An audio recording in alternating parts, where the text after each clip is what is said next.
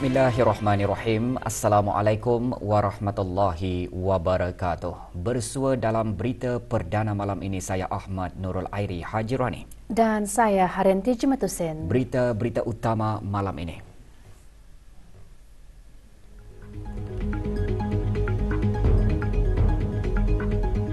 Pelaksanaan perintegrasian mata pelajaran agama ke dalam sistem pendidikan umum bermula hari ini.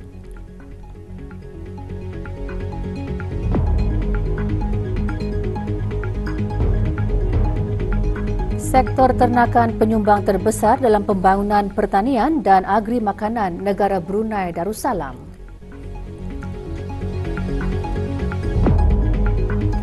Sambutan Hari Perkhidmatan Awam ke-30 menyaksikan pemasyuran almarhum Sultan Haji Omar Ali Saifuddin Saadul Khairiwaddin sebagai tokoh jasawan negara, iaitu bagi anugerah penghargaan khas jasawan perkhidmatan awam dalam mengenang jasa sumbangan almarhum. Kita saksikan detik-detik berharga majlis tersebut dalam sorutan Majlis Sambutan Hari Perkhidmatan Awam ke-30.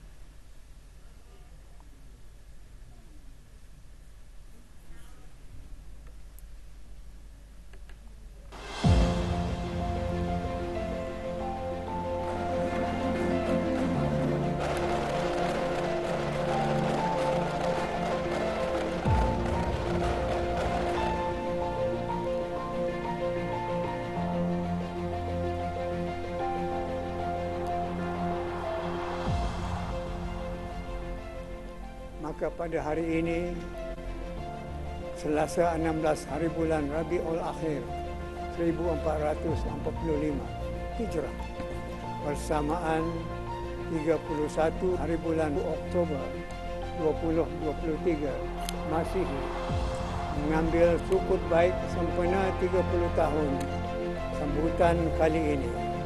Kita dengan sukacita memasyhurkan bahawa almarhum Sultan Haji Omar Ali Saifuddin Saadul Khairiwaddin ibni almarhum Sultan Muhammad Amanul Alam adalah tokoh jasawan negara.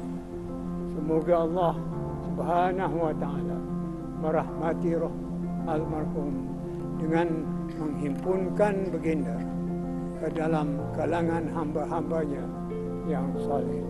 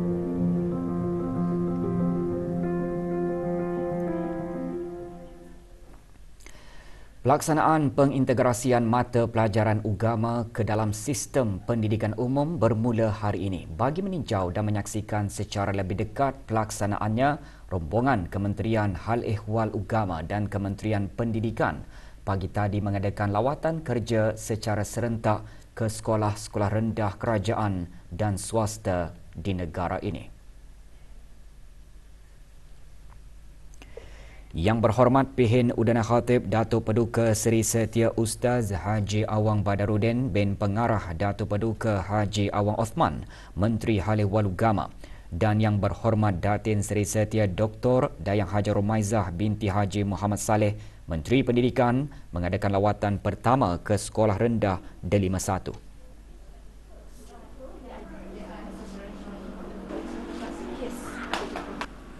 Juga ditinjau Sekolah Rendah Pulai dan Sekolah Persekutuan Guru-Guru Melayu Brunei PGGMB Sungai Akar. Lawatan memfokuskan kepada peninjauan prasarana dan kemudahan sekolah seperti tempat berwudu, ruang sembahyang, ruang makan dan menyaksikan secara lebih dekat pelaksanaan pengintegrasian mata pelajaran agama ke dalam sistem pendidikan umum.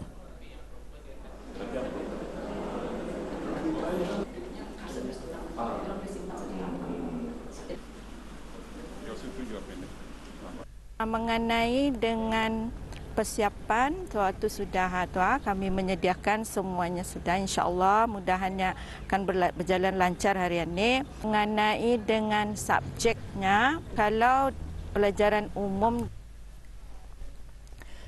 Majlis Penghargaan dan Doa Kesyukuran bagi graduan cemerlang Beasiswa Kementerian Halih Walugama berlangsung petang tadi. Majlis seumpamanya merupakan usaha memberi penghargaan atas pencapaian yang diperoleh para graduan yang cemerlang di bawah Beasiswa Kementerian Halih Walugama bagi tahun 2022 dan 2023. Majlis tersebut diadakan di salah sebuah hotel di Gadong. Hadiah penghargaan disampaikan oleh Yang berhormat Pihin Udana Khatib Datuk Paduka Seri Setia Ustaz Haji Awang Badarudin bin Pengarah Datuk Paduka Haji Awang Osman, Menteri Halih Walugama. 30 graduan terdiri daripada 7 graduan menamatkan pengajian tahun 2022 dan 23 graduan menamatkan pengajian tahun ini. Majlis merupakan salah satu inisiatif bagi mendukung rancangan strategik Kementerian Halih Walugama 2020-2024 selaras dengan matlamat pertama Wawasan Brunei 2035.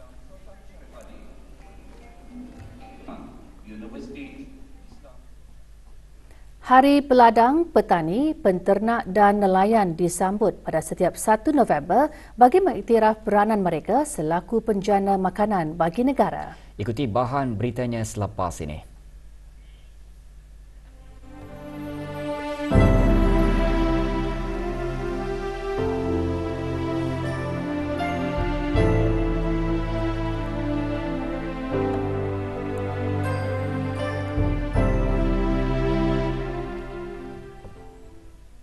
Kementerian Sumber-Sumber Utama dan Pelancongan petang tadi mengadakan majlis sembahyang sunat hajat berjemaah, membaca surah Yasin, tahlil, membaca doa kesyukuran serta diselajurkan dengan sembahyang fardu asar berjemaah sempena sambutan Hari Peladang, Petani, Penternak dan Nelayan 2023. Majlis tersebut berlangsung di Masjid Salihin, Jalan Perdana Menteri. Hadir Yang berhormat Datuk Seri Setia Dr. Awang Haji Abdul Manaf bin Haji Matusin, Menteri Sumber-Sumber Utama dan Pelancongan. Hari Peladang, Petani, Penternak dan Nelayan disambut pada setiap 1 November setiap tahun bagi mengiktiraf dan mengenang jasa-jasa para peladang, petani, penternak dan nelayan dalam peranan mereka selaku penjana makanan bagi negara.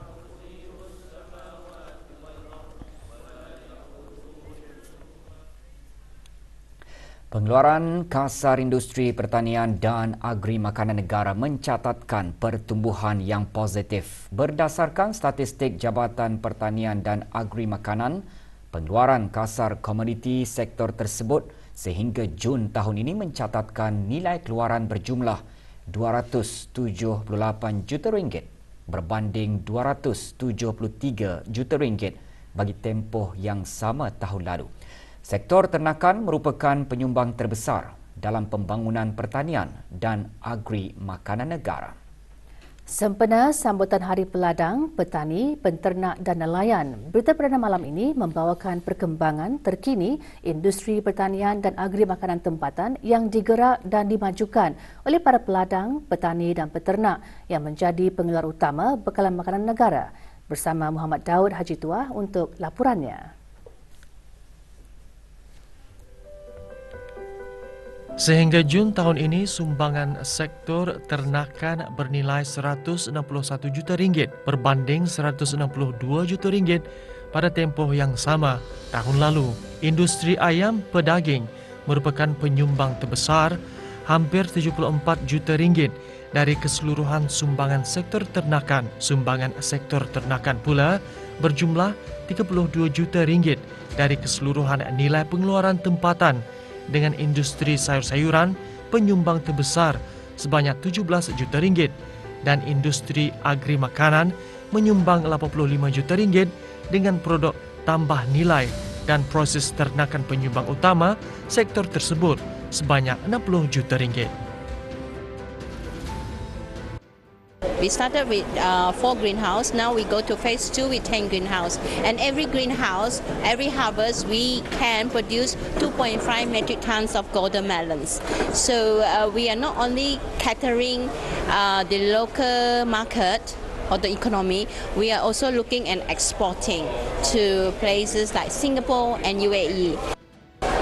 Rumah penelur kami sebenarnya dapat menghasilkan antara 100,000 hingga ke 120,000 lah sehari. So maksudnya peningkatan itu dapat dinaikkan kepada 120,000 sehari. Ya, buat masa sekarang kami mempunyai rumah control environment control house automatic untuk ayam penelur. Jadi dari sana kami dapat meningkatkan hasil pengeluaran setiap hari lah. Kami mempunyai rumah yang mencukupi untuk menghasilkan telur. We have watermelon, coconuts, bananas, and pineapples, limau kasturi. There's around 110 tons, and total value is around 200,000 BND. And for the future, we have already planted more pineapples right now. Before it was just 40,000. Now we increase production to 100,000. So we expect more than double for pineapple. Negara pada masa ini telah mencapai 100% sara diri dalam bekalan ayam pedaging dan telur ayam, 68% sara diri bagi sayur tropika, 37% sara diri bagi buah-buahan jenis tropika, dan beras sekitar 8,4% sara diri. Muhammad Daud Haji Tuah melaporkan untuk Berita RTB.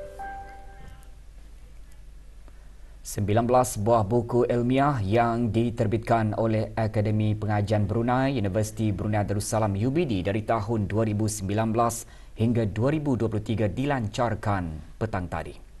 Dengan penerbitan buku-buku tersebut diharap dapat memberi gekan kepada masyarakat umum mengenai penerbitan buku-buku ilmiah UBD di samping dapat menonjolkan buku-buku ilmiah yang ditulis dari hasil kajian tenaga akademik tempatan. Majlis berlangsung di UBD. Pelancarannya disempurnakan oleh Dr. Awang Hazri bin Haji Kifli, Naib Chancellor UBD. Buku-buku tersebut adalah hasil penyelidikan bersama dalam kalangan tenaga akademik tempatan di Akademi Pengajian Brunei, Fakulti Sastra dan Sains Sosial dan Institut Pendidikan Sultan Hassanal Bolkiah. Penerbitan buku tersebut turut disumbangkan oleh 4 orang bekas pelajar sarjana dan doktor falsafah. 15 buah buku diterbitkan oleh penerbit-penerbit tempatan, manakala 4 buah buku pula diterbitkan oleh penerbit Indonesia dan Routledge London.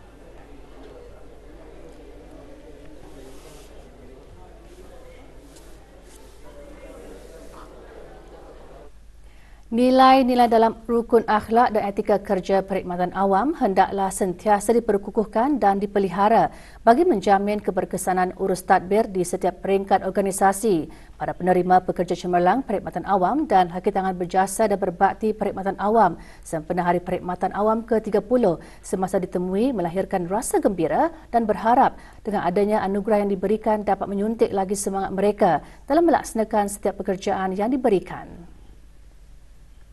Semoga anugerah ini dapat menyuntik semangat kepada semua penjawat awam untuk memberikan perkhidmatan yang cermelang dengan ikhlas dan jujur demi mencapai wawasan Negara Brunei Darussalam 2035. InsyaAllah kalau sekiranya BIS kita akan memberikan bakti dan jasa kepada kerajaan kita ni, InsyaAllah inilah dorong diri kita ni supaya mengandungkan jasa kita ni tu. Dengan adanya anugerah ini akan dapat mungkin sedikit sebanyak mentikkan membakar lagi semangat untuk sentiasa bekerja keras dan meningkatkanlah perkhidmatan kerajaan yang akan datang ini lagi lah. Negara Brunei Darussalam pada masa ini berada dalam tempoh peralihan monsun yang dijangka berterusan sehingga hujung November ini. Keadaan cuaca negara dijangka aktif pada beberapa hari akan datang disebabkan oleh pertembungan satu sistem tekanan rendah dengan kesan angin tempatan yang menjadikan keadaan atmosfer lebih lembap dan seterusnya meningkatkan pembentukan awan hujan.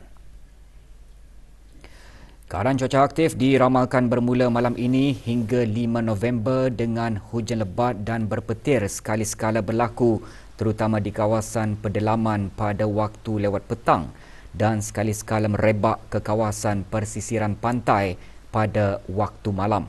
Kelajuan angin boleh meningkat sehingga 45 km sejam semasa atau dekat hujan lebat dan berpetir.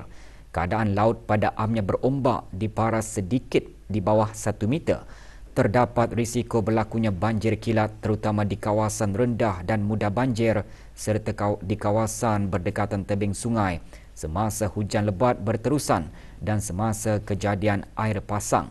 Risiko pokok tumbang dan tanah susur juga boleh berlaku semasa hujan lebat dan keadaan berangin. Pantai Jerudong Specialist Centre PJSC komited ke arah meningkatkan kesedaran orang ramai terutamanya lelaki untuk menjaga kesihatan diri dengan pendekatan holistik. Sempena memperingati bulan November merupakan bulan untuk memberi penekanan kepada kesihatan lelaki. PJSC pagi tadi melancarkan forum November dan awam memperkukuh kesihatan lelaki pendekatan holistik. Pelancarannya disempurnakan oleh Dr. Haji Mazrul Adimin bin Haji Awang Besar, Pengarah Eksekutif PJSC dan Dr. Mira Sahib Kabir, Pengarah Perubatan PJSC. Tahun ini, Forum Anjuran Pusat Kanser Brunei ini menumpukan kepada pengukuhan kesihatan lelaki melalui pendekatan holistik. Ia bertujuan menjadi platform untuk memupuk kesedaran, pengetahuan dan dialog terbuka mengenai pelbagai aspek kesejahteraan fizikal, mental dan emosi lelaki. 3 ahli panel speaker membincangkan pelbagai topik, antaranya mengenai pentingnya menjalankan pemeriksaan dan langkah-langkah pencegahan serta meningkatkan pilihan gaya hidup sihat.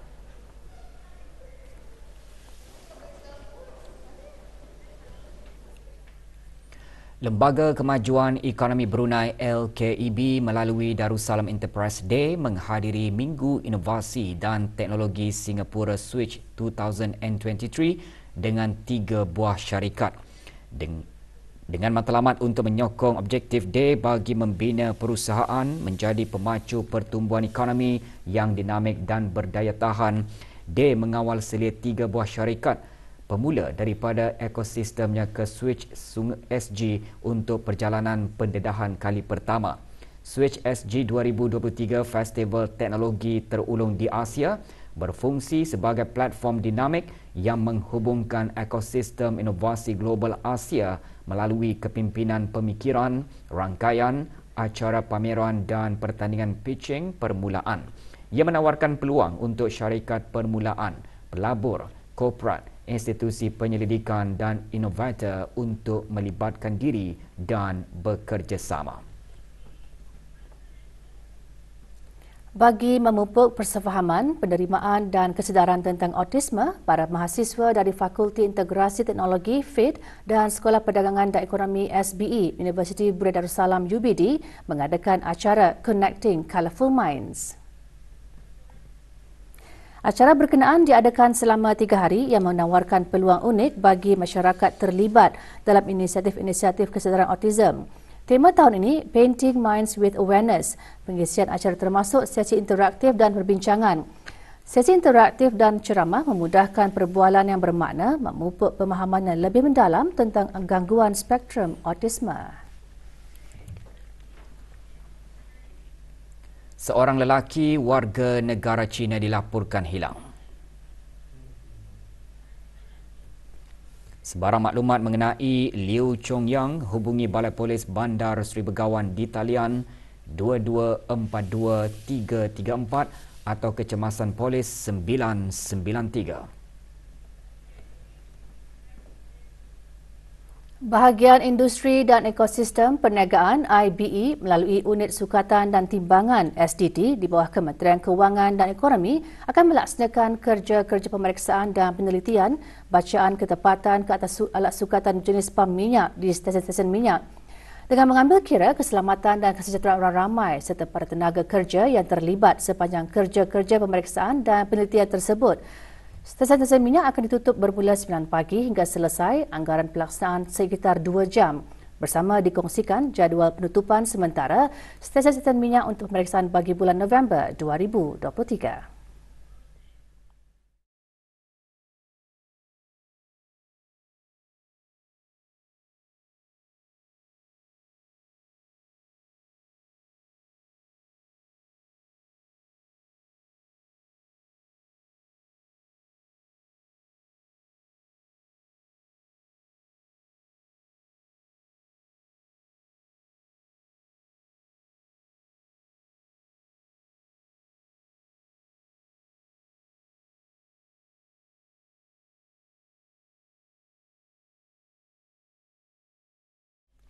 Dua 20 buah kenderaan didapati terbiar lama di kawasan letak kereta awam dan di tepi jalan raya tanpa kebenaran yang sah.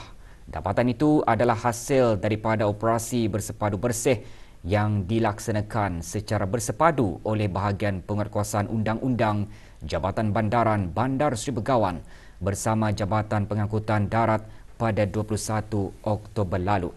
Dalam siaran akhbar, Jabatan Bandaran Bandar Seri Begawan memaklumkan operasi melibatkan kawasan letak kereta bangunan Kampung Telanai, kawasan letak kereta bangunan komersial Kampung Tungkuling, tepi jalan raya Kampung Burung Pingai dan Kampung Sungai Akar. 4 buah daripada jumlah tersebut diangkat dan dipindahkan ke tapak pelupusan melalui Jawatan Kuasa Abandoned Vehicles Nationwide Cleanup Project. Manakala 16 buah lagi dipindahkan sendiri oleh pihak yang bertanggungjawab. 20 individu dan 3 buah syarikat dikenakan kompaun berjumlah RM4,100 kerana kesalahan membuang sampah di tempat awam dan laluan awam di bawah bab 12-1 Akta Kesalahan-Kesalahan Rampaian Pindaan 2021. Syarikat yang dikeluarkan kompaun sepanjang operasi bersih iaitu Farhana Muhammad Enterprise, Sing Hiap Hin Motor Company dan syarikat Pengarah Haji Yusof bin Piran Daud dan anak-anak turut dikenakan kompaun 15 individu warga negara asing, seorang penduduk tetap dan 4 warga tempatan. Menurut pindaan di bawah Perintah Kesalahan-Kesalahan Rampaian Pindaan 2021, kadar kompaun bagi individu atau badan korporat yang dikeluarkan kompaun bagi kesalahan di bawah bab 12 atau mana-mana kesalahan bagi individu boleh dikenakan denda kompaun tidak melebihi RM1,000. Bagi badan-badan korporat boleh dikenakan denda kompaun tidak melebihi RM2,000. Kesalahan-kesalahan individu dan badan-badan korporat yang gagal menjelaskan kompaun dan diambil tindakan melalui mahkamah. Dalam kes-kes berkenaan, individu-individu dan syarikat-syarikat berkenaan dikehendaki menjelaskan kompaun masing-masing dalam tempoh masa 7 hari.